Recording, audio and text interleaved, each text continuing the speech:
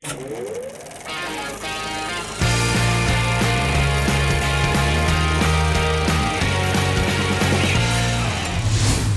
Panther is directed by Ryan Coogler, and it stars Chadwick Boseman, Michael B. Jordan, Lupita Nyong'o, Danai, Gurira, Martin Freeman, and Andy Serkis. Now, this review contains spoilers, so you've been warned. If you haven't seen it yet, you should see it because Avengers Infinity comes out next weekend, and we're getting ready for that. Following the events of Captain America Civil War, when King T'Chaka of Wakanda was killed in a bombing at the UN summit, King T'Challa takes over the throne, but he has to earn his right to rule, and there's a challenge that happens, and there's a mystery revolving around a lost cousin that he comes in and challenges T'Challa for the throne, and there's a bunch of family drama going on, and T'Challa, the Black Panther, has to fight to earn his right to rule. So overall, I really enjoyed watching this movie. I thought it was a very refreshing take for a Marvel movie, and it took itself a little more seriously, but there was still some really good classic, can we say classic now?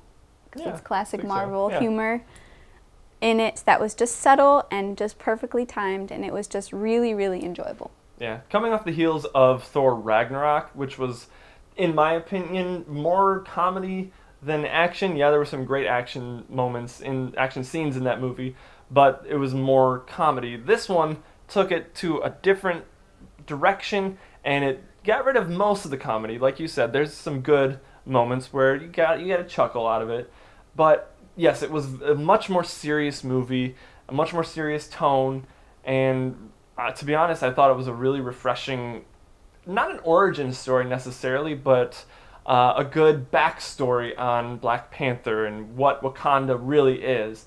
And it was important because Avengers Infinity War, I believe, takes partly in Wakanda, so it's definitely an important movie that tells a great story. Mm-hmm. And you even get to see how he gets his powers, where he gets his strength from. It's the heart-shaped herb. It's this purple plant that only grows in Wakanda because of the vibranium that exists there. And I thought that was really interesting, to where his power can be taken away by this like black juice or something that just, I would assume it's from another herb. Yeah, some other kind of herb. It's like an antidote, I guess. And I just thought that was a really interesting concept, that in order for him to compete for the throne, he has to be stripped of his strength and his powers as the Black Panther and fight as just a regular guy. Mm-hmm. Which, personally, I think those are my favorite scenes. The challenge fight scenes on that waterfall plateau. Those were great scenes. I loved how they were shot. The music was great.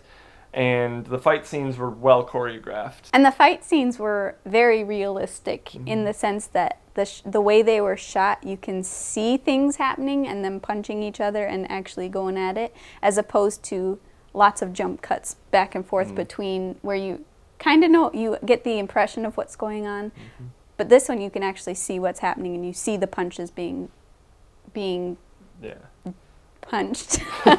Being thrown. Thrown. And I liked that. I mean, it made it seem a lot more real, especially because I wasn't a fan of the CGI in that part of the mountain. Yeah. It looked a little fake to me, but that's neither here nor there. Yeah. It's just one of those small complaints. Now, Forrest Whitaker, his character is very similar to his character in Rogue One. Kind of, yeah. Kind of like I don't even know what you'd call him. Like an He's estranged kind of father like, figure. Yeah, an estranged, respected type of caretaker. And I mean, it's still great. Yeah, I thought he played the role really well. I thought he did too. He was good for that role for sure. The twist of Michael B. Jordan's character, Eric Killmonger, being the cousin of T'Challa, I thought that was really well done. I kind of saw it coming. Like, when they kept there's got to be a reason why he wants to get back. Yeah, when they purposely showed the kids over and over again in the basketball scene at the beginning, you could tell. I was like, I'll bet you that's he's going to come back. That kid, whoever that kid is going to come back. I didn't know in what capacity that was going to be, but I like those simple, predictable moments where it could be one way or the other, and you just don't know. So the new characters, the way they're introduced, is something that I really enjoyed as well. a good balance of funny and serious that is very difficult to do in movies, and I thought it was well done. Specifically with Shuri, Black Panther's younger kid sister, who's a genius and kind of nerdy and fun. And then the General, Okoye, who is Michonne from Walking Dead, but she's not, which is cool. She's just cool and still funny also. Yeah. But she gets things done, and she's very just go get 'em, I'm going to do what's right kind of a thing. Honestly, I think Shuri might be one of my favorite characters from this movie because she's kind of like an oddball character in Wakanda. She's very like into pop culture, and she does things that doesn't quite match up with all the other Wakandans. And she's kind of the brains of Wakanda. She's built all this technology. She knows how to run everything. She's a very interesting character, and I can't wait to see what they do with her character in future movies. And obviously Okoye, Danai Gurira's character, she was fantastic. Again, I'm excited to see what they do with her character in future movies too. I like Shuri's character. She kind of reminds me of like a little bit of Hawkeye, where she doesn't take herself so seriously because she knows she's not like a superhero, but she's still very integral, and just I like that play off of, you know, she's awesome and is the brains and does so many good things, but she can still, you know, when that part when she's driving the car in the beginning and then the car crashes, so it like she's simulating driving the car, and the car crashes and the simulation's no longer working, so she falls on her butt and she just kind of like, dang it, or whatever she says. I really enjoyed that. She just kind of like, well, now I got to figure out something else to do. So the music in the Black Panther was very interesting and very different, and there was a lot of mix of different types of music, which I actually really enjoyed because it sort of fit with what was happening at the time in the movie. There were some really epic moments where you have the epic Avengers type music, and then there's some more like tribal sounding, percussion sounding music during the tribal scenes where the challenge and everything, and I thought it was a good blend. I enjoyed it. It did stick out a little bit while watching the movie. You kind of were jarred just a little bit from the change, but I thought it was very interesting. Yeah. See, I liked the music in certain scenes but when you put it all together in one movie, they all just, to me, they seemed kind of like they were butting heads. You had the hip hop, you had tribal sounding music, you had the classic score type of music, and to be honest, I never heard a specific theme for Black Panther. Every character in their own movie has really had a theme song, you know. I mean, granted, the Marvel movies haven't really been consistent with that until the Avengers, and even that, they've kind of changed a little bit, and I think Avengers Age of Ultron, but I wanted something to be identifiable, so when you hear it outside of the movie, you can be like, yeah, that came from Black Panther.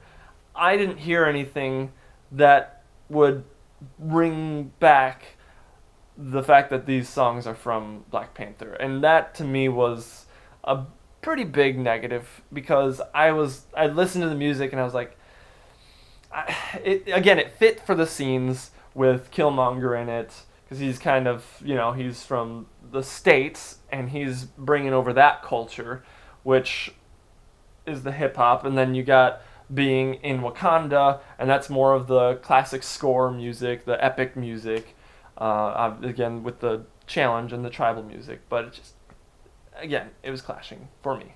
And I guess that's kind of the point with cultures clashing. So before I get into the negatives, I really enjoyed this movie. I had a hard time finding things wrong with it because I found myself getting sucked into it very quickly and almost having to take myself out of it, thinking more objectively about it as a movie, which I'm impressed by, because that doesn't always happen, because being married to this guy who's a film editor and points out every little thing, it's hard to not be in that mindset.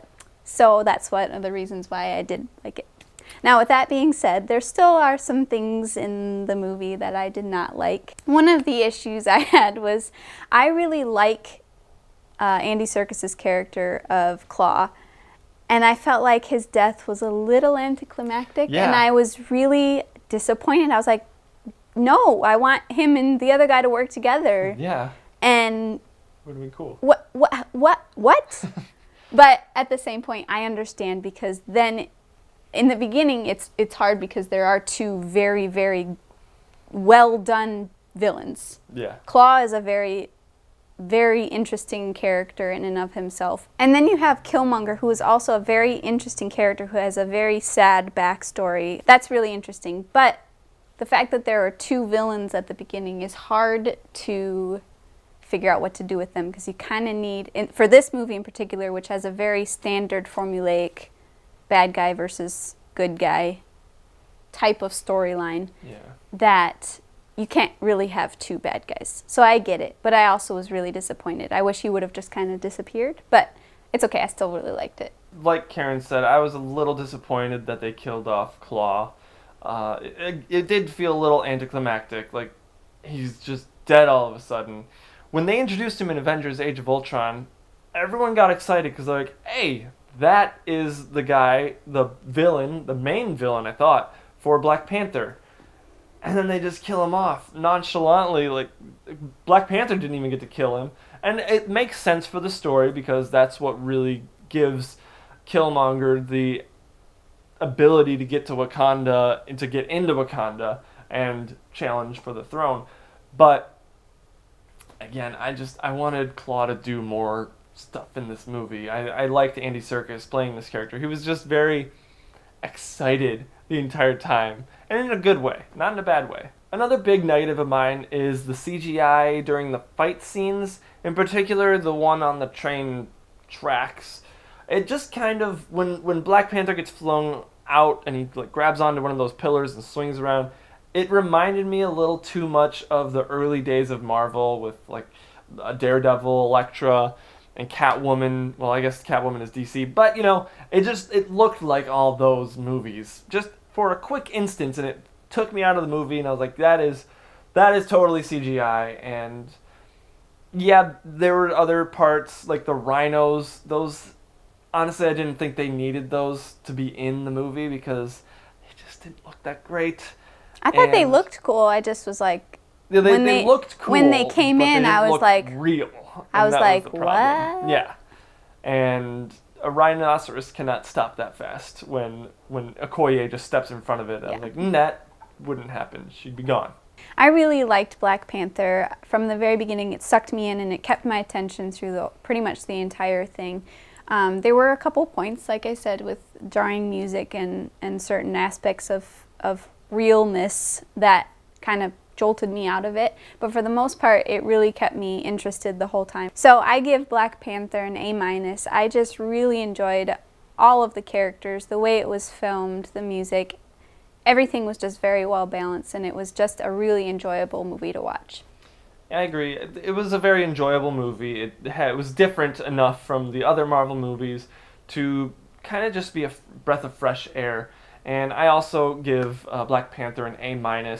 There are a few things that it could have done a little bit better, but I really did enjoy all the characters. Martin Freeman's character gets to do more stuff in this movie. Michael B. Jordan playing Killmonger he was a pretty decent villain. He wasn't a bad villain, and Marvel's track record of villains hasn't been that great.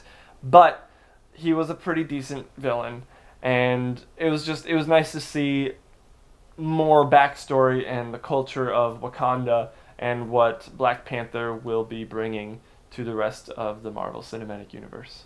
Now, we really want to keep the discussion going, so we want to know what you guys think. So let us know it in the comment section below if you liked it, loved it, or hated it. And if you like this video, be sure to give it a big old thumbs up, subscribe to the channel, and make sure you hit that bell icon next to the subscribe button so you can be notified when we upload new content.